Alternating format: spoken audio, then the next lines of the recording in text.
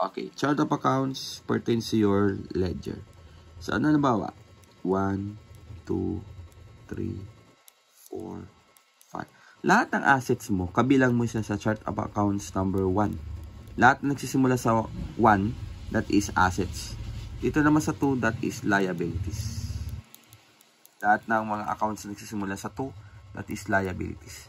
Lahat ng accounts na nagsisimula sa 3, bawa, 301, 305, that is owner's equity. Kapag lahat naman ng mga number 401 to 4010, that is part of your revenues. Lahat ng any kinds of revenues. Kapag lahat naman ng 501 to 599, yan ay expenses.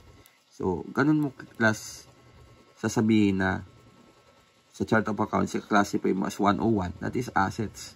2, liabilities, 201 to 299. So, ito 101 to 199. Ito ay 200 to 299. Ito ay 300 to 399. Chart of accounts, 400 to 499. Lahat ng revenues mo and 500 to 599. That is expenses. So, depende yan sa company kung ano yung pagkaka-classify. Basta lahat ng 1 sa assets yan. Lahat ng 2, liabilities, lahat ng 3, owner's equity, lahat ng 4, revenues, lahat ng 5. That is expenses. So, ganun mo siya i-classify dito. Okay?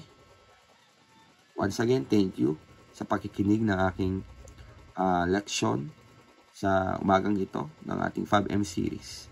Again, review well and God bless.